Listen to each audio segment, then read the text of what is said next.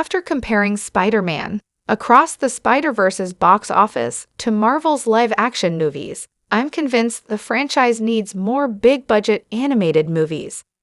After looking at how Spider-Man Across the Spider-Verse's box office holds up compared to Marvel's other movies, I'm convinced the franchise needs to create more big animated superhero films. Spider-Man's live-action movies have been some of the most consistently commercially successful in Marvel's roster, both inside the MCU timeline and outside of it.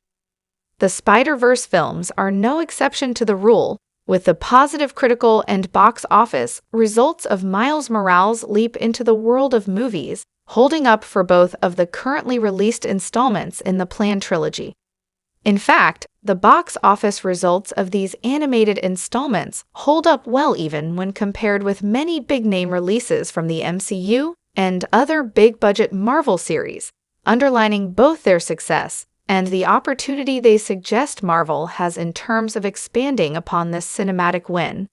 In fact, given the notable selection of superhero movies that have lower box office results than Spider-Man Across the Spider-Verse, it seems the time has perhaps never been better for the franchise to look at leaning into animated movie releases more going forward and building on these previous wins. Spider-Man Across the Spider-Verse's worldwide box office results sit around $690 million based on reports, with the animated sequel movie making roughly $300 million more than its predecessor, Spider-Man Into the Spider-Verse, which made around $374-383 million itself.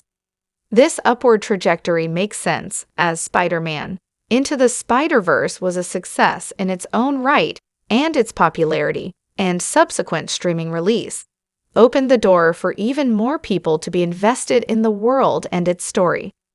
This result is all the more worth considering given the limited number of animated superhero movies that get theatrical releases. While both Marvel and DC release their fair share of animated films most years, these tend to be relegated to streaming or straight-to-DVD stories, and often are aimed more squarely at younger audiences, which has led to the medium being sometimes regarded as a less meaningful and significant one compared to its live-action brethren. As such, seeing this demonstration of just how good animation can be as a visual movie medium, especially for the superhero genre, where an animation can naturally lend itself to enhance a story's action and emotion, is all the more important. Given the Spider-Verse movies haven't had as much pre-existing proof as future animated Marvel movies now have in terms of showing they can work on the big screen, their increasing box office success is a testament to both how talented those involved in making the release really are and how much untapped potential lies in this medium.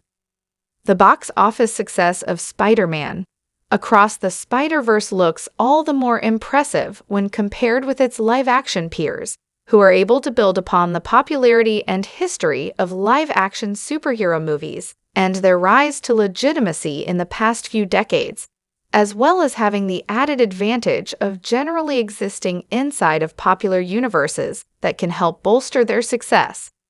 Despite not having these same circumstances to build on, the animated Spider-Man story still racked up an impressive box office result. At around $690 million, Across the Spider-Verse's worldwide box office is higher than the original Doctor Strange, the first and second Thor movies, and the first and second Iron Man movies, as well as a wide range of other notable MCU movies.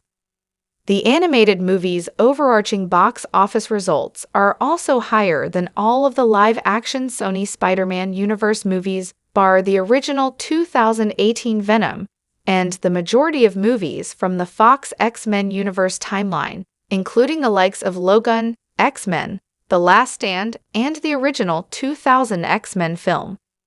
Similarly, it may also be worth noting that, when compared with DC movies over the years, Across the Spider-Verse's box office is also above many other notable releases, including that of the DCU's Man of Steel and the 2017 release of Justice League. Having released in 2023, it's additionally notable that Spider-Man Across the Spider-Verse grossed more than all of the DCU's 2023 movies, including Shazam, Fury of the Gods, Blue Beetle, and the timeline's final release, Aquaman and the Last Kingdom.